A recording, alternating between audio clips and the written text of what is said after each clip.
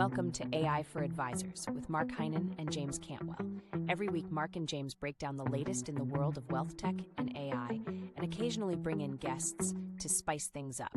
This is not investment advice and not professionally produced. I am not real and not yet sentient. Now let's get on with the show. So welcome everyone to episode 4 of AI for Advisors. It's pretty awesome that today we have two amazing guests, Ben and Kai. This is the first time we're having guests on the program. It's exciting. I think, yeah, it's really exciting. And 2. Yeah, it went from 0 to 2. It's pretty awesome. We're trying to make up. So this is episode 4. So on the next one, we need another couple, and then we'll get all caught up. We'll average a guest per episode. Yeah, we want to be expanding exponentially when it comes to guests. And we might break a record and actually have like 100 guests on at a time. That'd be really amazing for listeners. Yeah, so we've been talking about AI in theory for a while, and now we actually have two people who've been practitioners, basically deploying in practice within financial advisors. I thought I'd start by having them introduce themselves and talk about what they've been up to. So let me start with Ben. Yeah, absolutely. So Ben Olsen, founder and CEO of BMO Automation.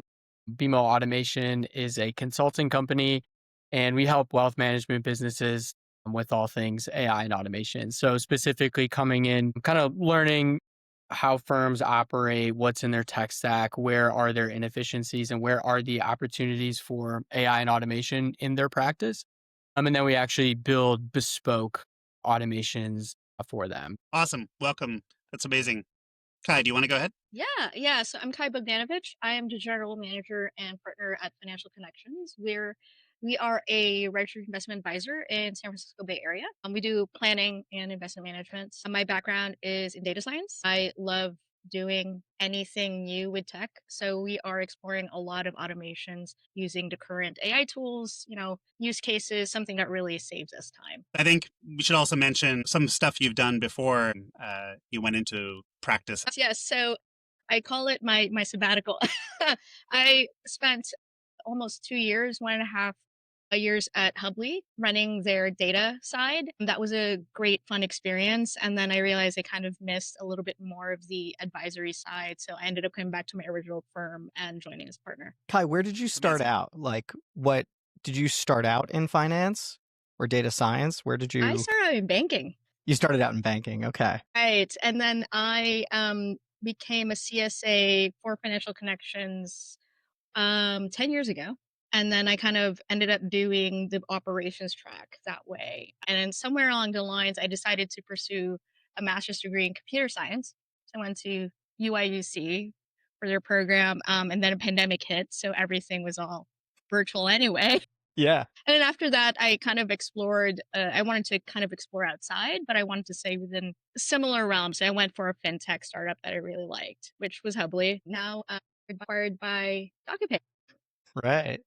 Now, Ben, you started as a financial advisor and then went the data science route, correct? Yeah, I was going to say it sounds kind of similar. Yeah. So I started my career as an advisor. I worked at an independent RIA here in Chicago. Then I went over to Merrill Lynch to build my own book of business, got a taste of the wirehouse experience. And then, I did a complete 180 pivot to a fintech startup here in Chicago and did a master's degree in data science. And then right around the time I wrapped up that master's degree is when I started BMO Automation. And so it's funny, I always say, like, when I'm doing like speaking gigs or whatever, I'm like, if anybody finds anyone who was in the industry and then went into data science, then came back to it, let me know. And I think Kai's the first one I found so far. Here we are. Hey. So we should definitely catch up for coffee at some point. It's like such a unique combination of experiences, right? I think that's For sure, pretty awesome. It actually makes me wonder how reasonable or unreasonable are financial advisors' expectations in terms of what automations and AI can do for them at this point? Yeah, I think, from my perspective, we're seeing advisors in kind of two camps. There's the ones that are, see a meeting note taker in action and they think it's the most magical thing they've ever seen. And there are ones who are like, when am I going to have this ChatGPT on top of all of my data experience? I know that's possible and I want it right now. So yeah, I don't know. We interestingly see kind of two camps. People are either kind of plugging along with everything and they think it's great, or they're starting to recognize the capabilities of some of these models and technologies in other contexts, and they're starting to wonder where that is in wealth management and wealth tech in general. I would say I see the same thing in some of my study groups and other folks I talk to, where you really get this nice gradient of people, but it's almost too extreme sometimes. There's a people who they're so happy with their AI takers, they think it's basically sliced bread. And then you have the other people who's like, we know you can do more. What more can you do for me? And I think those are where I see the most interesting use cases because they really try to push the envelope on what's possible. And where do you guys think you are, Kai, internally as a team? We're kind of in the middle because I'm cautiously optimistic. Hmm. There's other concerns around, data security that I think about a lot whenever you have disparate systems. We are exploring a lot of what's possible and seeing, what can we do now without a lot of lift. We're a small office. We're 8 people. So Kai, how are you approaching it? Like, what are you looking at? Are you looking for like industry specific AI solutions? Are you looking to see how to take maybe smaller steps using off the shelf tools? Like how do we use ChatGPT or Claude or something like that and use it, compliantly and effectively to kind of move things forward? What's your approach as somebody handling that effort for a small firm?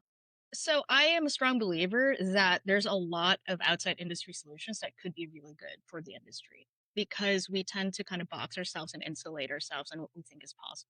And I saw that firsthand when I took a step away, got to see what else was out there and go, why are we doing these things? These are table stakes, right? And so I like to look outside, but I also kind of think about it more differently. I don't look for the products. I look at, okay, what's the problem? What am I trying to actually solve? I ask myself all the 5 whys and go, okay, how painful is it? Is it going to just save you 5 minutes? It's not, it feels painful. You're just kind of complaining about it. Or is it actually going to have massive impact? Right. And can you Because explain I the have 5 whys as well? Like what are those 5 whys? the 5 whys is you just ask yourself why 5 times to get to the Right, to root dig in. cause, right? To dig in. I think was it Toyota who was doing that as part of their corporate practice, I think. And I think it's really effective because I'm a finite resource and we're a small office. I have to really be strategic on where I want to spend that time.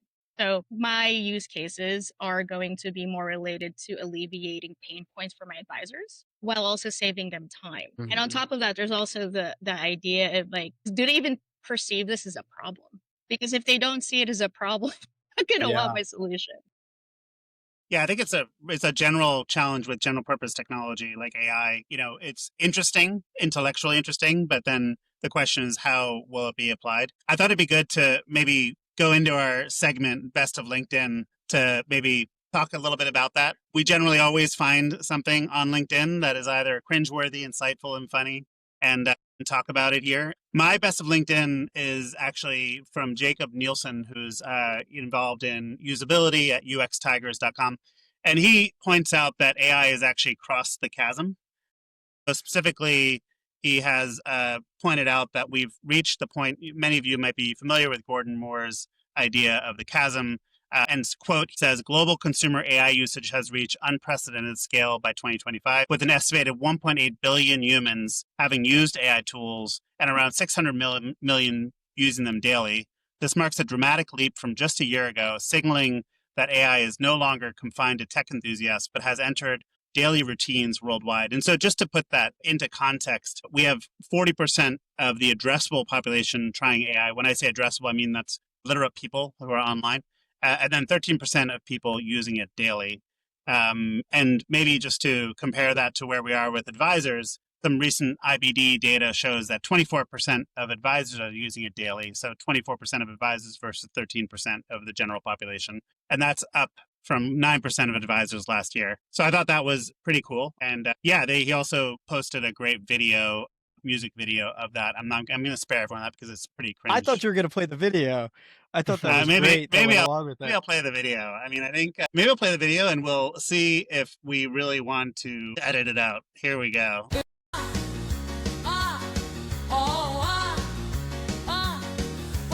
listen close, cats, hear the news. We got some help that we can use. It's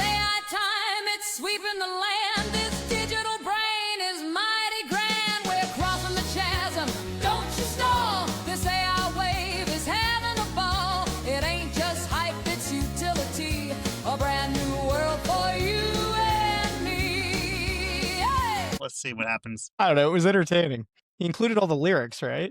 As well. I'm obviously going to edit a lot of this out. So, do any of you guys have any LinkedIn you want to share? I obviously have one. I don't want to put Ben and Kai on the spot if they didn't bring one. So mine's a little different. I'm self-nominating, and I only just posted this about 3 minutes before we started the podcast. So I was researching and trying to find some AI and wealth posts that I liked, and I found a few, but there was a problem. They were all AI generated. And I don't want to call anybody out, so I figured I'd do something a little different. And instead of doing that, I figured I will share my screen real quick. I'll read it for those who are just listening to audio. All right. So I'm thrilled to share something that will absolutely transform your advisory practice. Everyone talks about using AI in financial services, but what they don't tell you is this: the advisors who are winning aren't just adopting technology, they're leveraging AI to unlock exponential growth. Here's the truth. I recently had the privilege of speaking with a top advisor who shared this powerful insight. AI isn't just a game changer. Dramatic pause. It's the pivotal moment for our industry. And honestly, this resonates deeply with me. The reality, most advisors are still stuck in their old ways. Manual data entry, generic client communications, time-consuming research, reactive blah blah blah blah blah. I couldn't agree more with this approach. Plot twist. The advisors who embrace AI for advisors aren't just surviving, they're absolutely thriving in ways that seemed impossible just months ago. It's a powerful reminder that innovation waits for no one. I go on and on. The point is, you can recognize these AI posts with their excessive use of dashes, excessive use of emojis and spacing, things like plot twist, what people don't tell you. The reality is, it's so painfully easy, I think, to identify these posts. And some of them have good content, and I'm all for most of my posts have AI assistance, to be totally transparent, but they're my thoughts. I've edited them. I've refined them. I don't copy and paste an AI post, right? And so You've really delved in on this one. well, I was created with AI. I added my 2 cents to it. But I'm curious on your take. Like, are we overdoing it? Is this really just kind of getting out of hand with AI and these posts? What does everybody think? I mean, I'm curious what you think Yeah, about I mean, AI posts, and are they easy to identify? so I go through the same process where I'll have AI help me ideate, but I'm never copying and pasting, right? And it is very easy to spot. I will say I'm a big emoji user myself, so don't just assume that that's all coming from AI. But yeah, I think it is. It's very easy to spot. But what I'm interested to see is over time, I think it'll become more and more difficult to spot. I think we already see that a little bit with GPT-5, kind of sounds a little bit less like an LLM, as well as I'd say, I think generally speaking, Claude sounds a lot more human than OpenAI might. Yeah, easy to spot, but I think we're trending in a direction where it's going to become harder and harder. Yeah, I'd agree with that. It's cringe, I think, doesn't cover how I feel about posts like that. It's almost, I've actually seen it used more on purpose as clickbait and for engagement, because people will actually engage with it, especially if they see it from somebody who doesn't normally post in that way, which is an interesting strategy. It's working for now, but I like Ben, I use these GPTs to kind of ideate and kind of help me brainstorm, really trying to solve the blank page problem, but Agree. not really but I never copy paste out of it. It's more like, okay, that's great. Now let me just ignore everything you said and then write it myself. I've done that a number of times too. Yeah, thanks for helping me figure out what I don't want to write. I was going to say some of the things I write too probably would be outside of the guardrails of ChatGPT. So I probably have to keep doing those myself anyway. People on X always complain about LinkedIn being a lot of AI slop. I think it has a reputation of being a place for a lot of corporate AI slop. But the flip side is on X, you have so many bots that are actually purely AI. These are literally only bots that there's no human in the loop. And I feel like it's pretty critical that someone makes the decision to put something up there like you're talking about. Yeah, interesting. Do Ben or Kai, do you guys have a LinkedIn thing you want to share? Did Jason Wang posted about a week ago about an announcement from financial advisor Yeah, I think it's Financial FA Mag, and about Cambridge launching an AI agent that opens accounts. Are you remembering what you said now, Ben? Yeah, of course. The discussion in the comments were really funny, and it was really about, it really kind of asks the question, this is an automated process already. Why do you need an agent to do this? And it goes back to my thoughts on, being more strategic and how we apply this. Because just because you have the resources and manpower doesn't mean it's a good idea. That's a good one because I think this is an area, to your point, where AI isn't the right tool. It's unnecessary. It's actually complicating the process, right? Unless there's some real value add, there's something nuanced that it's doing that's making it easier to get from client meeting to account opening. You're right. If done right, the way Altruist has been building their platform out, it's really unnecessary. Yeah. So are you kind of band-aiding a process by using a tool like AI, or is it really the appropriate tool for the job? If you have a hammer, everything's a nail, right? True. It wouldn't make it past 2 Ys in your list, basically. Right, exactly. We see that a lot, just being consultants, right, doing discovery and then recommending various solutions for various problems. It's like, we say we are AI and automation consultants, and people come to us because they're like, I want AI across my whole business. And in reality, like if I had to guess off the top of my head, I'd say probably 50% of the solutions we build actually use like Gen AI in some way. The rest are just, you know, integrations or some other form of automation that solves the problem without AI, right? And the client told us about that problem because they assumed AI was going to be able to solve it. And then we're able to say, no, like we don't actually need AI there. We just need to turn on an integration that you weren't using or something like that. So, I'll share something personal. Like in one of the platforms that I've been building, I actually paid developers to build an AI component, and then I scrapped the whole thing and never used it and ended up going with algorithms instead that give a very consistent result and realized I was just over engineering it. So basically just threw away a bunch of money on developers building something that we literally just tossed the code away and never touched it.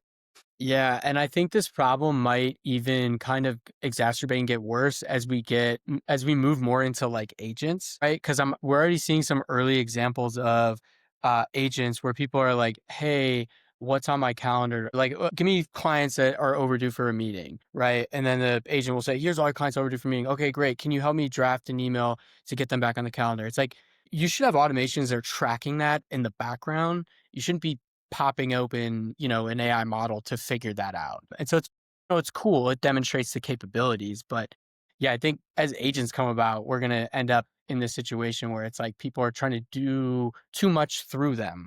And maybe some of them are things that should just be happening automatically in the background. Yeah, I think we should probably talk about what's working, what's not working a little bit, because I think this whole dilemma of AI being probabilistic and not deterministic, I think that's actually really important here. So I'll set some context. There is this IBD Elite survey that comes out regularly, and the one from this year mentioned that we have significant adoption. I mentioned the 24% daily usage number. Osaic says AI tools save 26,000 hours in 2025 across 50,000 client sessions. LPL claims that Jump and Copilot are saving 30 to 60 minutes per client meeting. We have Parker from Jump coming on in a future episode. Stay tuned for that. And I think just for context here, a quote here that from Mark Gilbert from Zox, who's also coming on to the program in the future. The thing that I think is surprising for people is that it's very easy to start. It really removes a lot of work. Nobody loves typing in notes and filling out forms, so it can really help them. So that's just a little bit of sentiment. So I guess maybe I'll just open it up. Like, you guys have been on the front lines. What actually has worked super well, Ben, when you're with clients? What's the huge win that it makes people fall off their chair? Where are people surprised? And Kai, maybe in your practice, what have you seen work super well? And I do want to put note taking off to one side. I feel like note taking is like the Yeah. gateway drug for AI, and I want to talk about the hard drugs here. I want to talk about what has really, really worked. I can't believe you called it that, but okay. I see. I can totally follow. Yeah. So what has worked? What has it worked super well? I guess I can go unless you want to start, Ben. I think what we're seeing be most effective, and I will happily put note taking to the side, is the other elements of running a meeting. So scheduling and meeting prep, probably the biggest time savings that we're consistently delivering to firms is in that meeting preparation process. That is for some firms and some meeting types, that can be a 2, 3 hour long process. I'd also say the next biggest category is probably emails. We're doing a lot of work helping firms intelligently triage emails, update systems based on information that's arriving in emails, draft responses, so on and so forth. So I'd say those are probably two big ones that stick out to me as the other parts that go into running a meeting, aside from note taking and follow up, and then, email triage. If we ignore note taking off to the side, it's hard to say. Content creation has been really great for especially helping out, get something going. One of the difficulties, because we don't hire our own copywriter, is trying to figure out, a schedule or something more topical to write about. That's helped a lot. What we have started doing is using these tools to gather information for us that are typically hard to do when you don't have when a person has to do it. So, for example, we don't silo our clients, right? Somebody calls, somebody needs information. The easiest way to do that is to ask the person who actually has more intimate relationships with the client. But what if they're not there? The next thing you're going to do is you're going to go look at your CRM. You're going to go through like what was the recent conversation. What we've been doing is using AI assistant tools to actually get all of that info for us very, very quickly. So whoever is conversing with the client or needs to get context, they can get that context. There's a lot more nuance to that. It depends on where you end up landing on your build, but we're also using it as a way to pull information out to pre-fill forms. Or you can kind of do the inverse, because a lot of the time we get so many documents and you can't really, it takes a while to consume that information, but you're really looking for key things. These tools, we are testing this right now. We're able to like pull, say, statements and get information of what we want, summarized in a format that's easy to read. Sometimes you'll get a statement that's like 6 pages long and they're all equities. And you're trying to move it from one location to another, and it's a pain in the butt. So, those little things, it's not as cool as drafting your email responses and probably automating your scheduling. I think it's more like these little pieces that are gaps that it's filling. And that has been really effective. So it's not a 0 to 100 solution. What we've found is the ones that have worked really, really well do very specific things to bridge a gap that's missing. So have you Yeah. largely been building your own AI solutions, like, or using kind of off the shelf to then build in, Depends. or using any wealth management specific tools? So we have some wealth management specific tools, right? So we use Zox for our note taking, and we have an integration with Salesforce, which is our Okay. CRM. So what that means is that we're able to query it. And it also makes it easier for my advisors to just click one button. Everything goes in exactly the way operations wants it. So everybody's kind of happy. But one of the things that they also added was an e-money integration. So now you're able to kind of query two platforms, two disparate systems to get a more holistic view of the client. That's actually huge, especially when somebody who has no context on who this person is needs information. That reminds me of an automation we've set up for a few different firms. And I'm surprised CRMs are not doing this themselves, and I expect maybe they will at some point, but we'll actually set up like a pinned note at like the very top of a householder contact record that is kind of the snapshot of that household. And what we can do is set up automations that as meeting ends, as emails come in, as tasks are completed, whatever it is, we can have that be a living and breathing snapshot that's continuously updating. And it serves that purpose that you're saying, right? I jump on the phone with a client who I've never heard of. I can go read that and get up to speed right away. Or I'm hiring a junior advisor who needs to learn about 100 households. That's there for them. I hope CRMs build this, but in the I don't see meantime, why they wouldn't. we'll keep building it ourselves. Yeah. No, but it makes perfect sense. Yeah, HubSpot has that, but I haven't seen it in many other like finance specific CRMs. I think Yeah. Practify talked about maybe building something like that. Well, I know what I'm doing after this call. You're hiring Ben, that's what you're doing. Yeah, let me know if that's you need right. help. Yeah, I mean, it just makes perfect sense, right? If we just think about like where there, to your point, Kai, where there are existing gaps, right? What would be helpful, and getting up to speed quickly for any client interaction, right? Whether you're about to write an email, whether you're about to hop on the phone, whether a phone call just came in, right?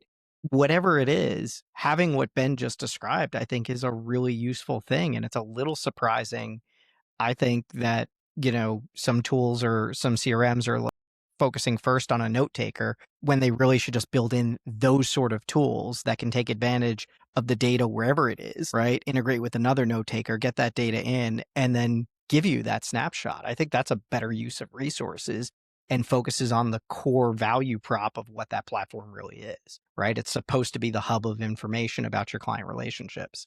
And so if you have to go to your portfolio accounting system, if you have to go to your financial planning tool, if you have to go elsewhere, the value of that system starts to degrade, right? So keep them in that one place. Financial planning, sure, go to the financial planning platform to do the financial planning. But once it's done, you shouldn't have to live and breathe in that system. What I like about this idea too is that when I think about the value of AI for advisors, I kind of split it into two camps. One being time savings, which is what I think we're all hyper fixated on right now. And that makes sense that is the first use cases we are tackling, right? Note taker takes meeting follow up from an hour to 10 minutes. We do custom meeting prep automations that take meeting prep from 2 hours to 30 minutes, right? And that's how we're quantifying ROI and thinking about the value that this drives. And so that all creates what I would say are more efficient advisors. But where I think we're heading and where I think use cases like this are really interesting is how can AI make advisors better? So not just more efficient, but like literally better at what they're doing. And I think, having things like snapshots at their fingertips or having AI give them proactive suggestions to reach out to clients and do things they otherwise wouldn't have done is where we're heading. And that to me is a lot more interesting than, hey, we're just going to shave an hour off every meeting or something like that. And we talk so much about how relationships are really like the element that remains, right? Like whenever AI comes up at any conference, any sort of webinar, what you always kind of hear is like, but advisors are all about the relationship and deepening the relationship, and AI won't replace the relationship. But AI can, and I'll swear because I feel like it's warranted, sure as shit, enhance the relationship. And I think it should. And this is like a great example where you have that pin note. And part of the instructions that, at least in an agent that I would build, is kind of something I do with a custom field currently. I should probably update it to something AI based, but I maintain some information on like something recent and personal that we discussed. Mm-hmm. Right. So if you told me that your daughter was getting married in 3 weeks, then next time I talk to you, I want to ask you how that was. How was the speech? Like, how did it go? Right. So I want to be able to deepen that relationship. And so that, I think, is a critical component, not just what's the performance of their portfolio, were they currently opening a new retirement account? Like, those are the business of the business, but like, I want to know what can help me with relationship. And this is a great way to do that. Yeah, I think this whole area of enriching relationships using AI is a little counterintuitive because people think of AI being like diametrically opposed with human contact, but I actually think it's really powerful. And yeah, generally, I don't talk about Knapsack on this, but we do have something very cool coming out next week that will help people on this. So stay tuned. Actually, Ben, I did want to ask you how much of your work is AI and how much of your work is wiring up Zapier or those kinds of things these days. I'm just curious, what do you see out there? Yeah, so we do a lot of building inside of connection tools like Zapier. We've actually more recently started to work very heavily inside of Microsoft using Power Tools and Microsoft Azure. And so that's where we're primarily living with a lot of the firms we're working with currently. And yeah, some of it uses AI. We like to use Azure OpenAI. But if I had to put a split on it, like I was saying before, I mean, I'd say probably when we come in and we try to solve these bottlenecks and these pain points, I'd say maybe half of it is using AI, and the other half is just moving information around and making your tools talk to each other in a better way, in such a way that you're not talking to all of them individually and taking time doing that. So, yeah, I don't know. Say it's like 50-50 maybe. Ben, do you see a gap or a misconception around what advisors think AI could or should do and what it can really do? I think it depends on whose conception we're talking about. I think there are some advisors who still are in that camp of like, this is a relationship oriented business. I want nothing to do with AI. And I'm like, okay, well, you're wrong. We just discussed why that's not a good mentality to have. We also, interestingly, are starting to talk to a lot of advisors who are looking for more out of AI as it relates to kind of like financial planning and being more strategic and kind of kind of the AI paraplanner, if you want to call it that. And so, yeah, I think gaps in terms of like what people think it can and should do and what it's actually doing, it kind of depends on the person. But yeah, I mean, we're seeing people that think there's no place for it. We're also seeing people that are like, that's it. Come on. I want us to do a lot more. So, Yeah, I'm glad you asked that, James. I really want to dig into where does this flop? Where is it really yeah. fallen short of expectations? And so, yeah, Kai, do you have any ideas, things you've seen out there? Yeah. So one of the things I got many phone calls a few months ago. I think it probably closer to 12 months now about investment analyst AI tools.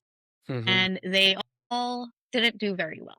The idea is very great. I'm not opposed to the idea of something like this. The problem is the implementation was quite poor. Hmm. You know, there's a belief that let's build it quickly, and let's get it in people's hands. But when you're in an industry that's regulated and where if you have tools, you want to trust them, when that trust is broken, it's really difficult to get it back. It was an interesting demo. It was a great demo, and they had a lot of potential for actual use cases for us. But then we ask it to write a short one pager about an ETF that we use, and it was wrong. Like we saw the first two sentences, and we're like, nope, that doesn't even have that in it That's brutal. or ever. It was quite terrible. But the idea, great, awful implementation. But I think that doesn't mean we won't see a really good implementation down the road. But a lot of the flops I would describe are really just poor implementations of a good idea, especially in this space. I'm curious now, like along the subject of investment research, I'm curious now, there's definitely been some new entrants, right, who have focused on this and put in a lot of work, connected with a lot of good data sources. And so from some of what I've seen, and I'm testing a few, I'm not an analyst, but I think the output is significantly better than it was 12 months ago. But what I'm also curious is last week on the show, we talked about Google Finance had added an AI component. Perplexity also has a finance component that's specific. So I'm curious if you think that'll be adopted by advisors or if either of you have tested either of those and have any thoughts on them specifically. Tested any of them? So I know a few firms that are kind of trying to develop their own. And Hmm. it's kind of a mixed bag as to whether or not they wanted something that's off the shelf or just they want to keep everything to themselves. I think advisors are going to use tools like this. Now, whether it be something more general purpose like that or something more industry specific or bespoke to them, I don't know, but I won't be surprised. Well, it's actually interesting that Yeah. framing because it seems like the reasons why people will implement something specific is because the off the shelf solutions like ChatGPT and Claude or Gemini aren't working as expected. And actually, that's another way to think about this is where have people seen those off the shelf tools fall short, or where are those tools actually sufficient for what people are trying to do?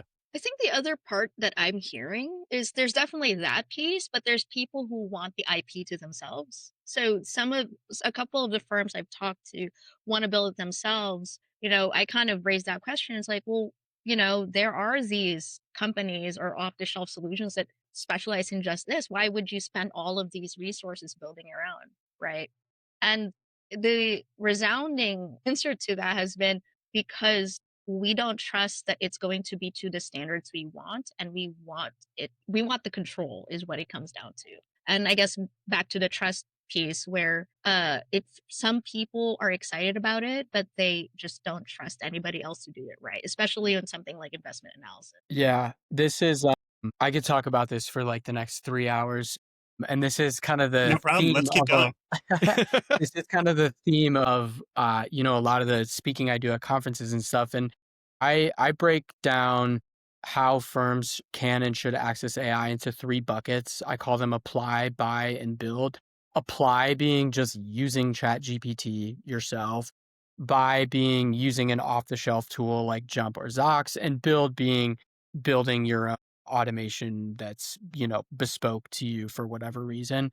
And I think the most successful firms are going to figure out a really good balance of all three. And I think most people, most advisors, when they think about AI for advisors, they just fixate on the buy category. They go say, okay, what are the AI for advisor tools? Like my friend John at the Oasis Group does the AI tech map. It's like the Kisses map, but just for AI tools.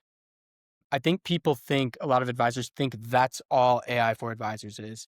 And I think people don't realize often enough that you can use these models yourself for tons of use cases. You can build on top of them for many use cases as well. Well, why won't ChatGPT and Copilot end up doing almost all those use cases? Do you have a view on that, Ben? Well, I think access to data is the big issue here. So I'm in the camp of I have a sneaky feeling that a lot of the foundation models and a lot of the infrastructure giants like Google and Microsoft might very well become the primary interface for for a lot of work that we do moving forward. I think what needs to be solved there is access to data, right? How can something like Copilot talk to my Salesforce, talk to my Orion, talk to my eMoney, right? And these tools have developer APIs. So I don't know how technical we want to get, but that's why I'm super bullish on MCP servers. So I'll stop there until if that's not a rabbit hole we want to go down. It Yeah. feels like that is the last frontier. It's like Salesforce has an MCP, but eMoney doesn't, right? There are a number of other ones that don't. As soon as they have MCPs, Copilot, Gemini, ChatGPT are MCP clients, they'll be able to interact with those tools. And then, So I set up an MCP server for us to use, and I use Claude Desktop, and I have that hooked up to our HubSpot, our Notion, our Slack, my email, my calendar. And I'm right? telling you, like, I spend probably 50 to 75% of my day working out of Claude Desktop instead of those tools now. And so, I think that's where we're heading. It's just everything is so siloed in the wealth management space. It's gonna be hard to get there. But, doing that myself, that's where we're heading, I believe. Ben, I think that's a good example because I actually set up something very similar. And so like I have my note taker, my CRM, my email calendar, my scheduling tool, like they're all connected. And I think that's a great example of like you don't even necessarily have to change your actual process, right? This is just a different interface that makes it easier. Today, a good example was I had a prospect call. And so I asked it to pull up notes from like the prior call to research the firm, right? To go look in my CRM to see who else was on the meeting invite, et cetera. It basically just helped me prepare for it. And then afterwards, I had it help me craft an email with all the things that I purposely said out loud during the call, right? So it was like I was able to get my thoughts into the transcript and then it knew very clearly what my follow-up actions were. My client heard them and then they got them, right? And so in just a few minutes, I was able to prep, have the meeting, and then send a full-on proposal and everything. And it was all done through Claude Desktop, really. Mm-hmm. The other tools that I had all remained in place, and it was the same thing I would have done. I would have went and read the transcript and summary. I would have went to my CRM. I just had something else do it for me. I didn't change an actual process. Right. And I think what's interesting now is like, what are the use cases that you can handle through something like a Claude desktop? And what are the use cases where you still need to go into the end products to do something? And I think as there become fewer and fewer of those, then the question is like, what are all these products? They're just That's right. databases, right? That's And then right. at that point, it's like, what are we doing? Do we just bring everything into a database, stick an LLM on top of it, and that's the only software we have, right? Like I mean, we're way ahead, and I think you and I have had that's a that very conversation extreme already. opinion, Yeah. but we are kind of directionally, that's how things are shaping up to kind of, potentially. The user interface will matter less, or like the Yeah. application will matter less. But then also, how do they stick? How do they hold on to clients? Right? Is there any stickiness at all to those applications if they're really just databases, or are people going to be hosting their own data lakes? Is that actually a thing? And actually, I was curious, Ben. Do you see a lot of your clients trying to host their own data lakes? Yeah, we do that. We help firms set up data lakes. We have a partner that we can work with. We also will help them do it ourselves. They'll own it all in house. Typically, bigger firms that are doing that. There's a decent amount of investment that has to go into that. But yeah, we're definitely seeing some firms start to do it. There's lots of benefits to having a centralized data repository as it relates to AI and automation. It's one-stop shop for AI to get any and all the context it needs from one place. And so, when we build our automations and they're calling 8 different APIs, if we can just query one database to get all that information, it's so much cleaner. So yeah, we are starting to see firms do that. We're starting to see more of them do it. We're starting to see smaller firms do it. But yeah, I think it'll be a while until most firms have kind of that centralized repository set up. Ben, can I ask you a question about the data lake thing? Because now I'm Yeah. curious. So data lakes are incredibly expensive, right? We know that. And then there's the maintenance. How expensive are we talking for the listeners? Give us a sense, orders of magnitude. Like 100K, 300K, a million? It really all depends. I mean, there's an implementation cost. There is an ongoing cost. Depends on who you're working with, how much data you're ingesting. There's a lot of variables, but I mean, I think we're seeing some firms get it done for 10, 20 grand to get some set up, and then maybe $1,000 a month to run it ongoing. Don't hold me to these numbers, but I think No, if I, you want to I do I'd something agree with that. real quick and dirty, that's the lower end of the spectrum. If you're a massive firm, it's going to be a ton of data, different types of data, ton of different ingestion pipelines. Like, yeah, you're well into the 6 figures. Sorry, Kai, I interrupted you. Go ahead. Oh no, I was just curious because when I think of data lakes, putting the data scientist hat on, it's my ideal scenario, right? So everything is in one place. Even before, we have the LLMs, it was just the best way for analysis. Now I'm curious though, so because I always think about maintenance as a key factor. Are just small firms like maintaining it in-house? They're hiring somebody else. That's part of the $1,000 a month that they're paying. I'm just kind of curious how this setup is done because there's a significant maintenance cost and human resource related to data lakes. Most of the firms that we work with that we will help set up a data lake for, we're going to manage it for them ongoing. And we'll just, charge a whatever fee to manage that for them. We do with some of the larger firms we started to work with, we'll help them with setup, and then they'll actually make an internal hire to kind of manage it ongoing. And so, yeah, it's a little bit of both. Obviously, to hire an internal team to manage something like that, you're looking at a larger firm. But what we found is like we can pretty quickly quantify the ROI and say like, hey, here's all these things we can do with this data lake. Here's how much time that's going to save you. Here's how much, whatever that's going to drive for you. And then for a lot of firms, it becomes very clear very quickly, like, oh yeah, we should do this and we should hire 1 or 2 people to manage it ongoing. Yeah, that's interesting. Well, that also sort of increases the cost. And I get the sense you sort of embed yourself for a while, Ben, when you work with clients. So they're getting a lot of your know-how from you being with them on a regular basis. Is that right? Yeah, we stick around. We try to stick around as long as we. No, I'm kidding. Yeah, we do. We just keep joining their calls and like, hey, is everything good? No. Yeah, there are a lot of firms who are never going to make internal hires, and so they're kind of all in on working with us. But there are a lot of firms who are like, hey, can you help us like get to a point where we can like have this kind of technology and team internally, and we'll help them get there. Yeah. I remember actually that when Ben and I were trying to get together in Chicago, I was there for the National Society of Compliance Professionals sort of a summit on AI. And I was trying to get in touch with him to hang out, and I lost my voice, and I realized it would be really awkward. We had never met in person. We still have never met in person. Like I would be trying to hang out, and I literally can't talk. And I got the sense at that point you were actually spending a lot of time with a financial advisor. I think you would post about on LinkedIn. So that was super cool. So, well, thank you very much. I think we basically are hitting up on time, and just wanted to open up any closing thoughts, anything people should know heading out in terms of any practical advice on using AI. And then also, Ben, where can people get a hold of you and find out more about you and BMO Automation? Yeah, absolutely. So, closing thoughts. Here's what I'll say. AI is a foundation upon which everything's going to be built. It is not a feature. It is not a product. It is a commodity, and it is commoditized intelligence.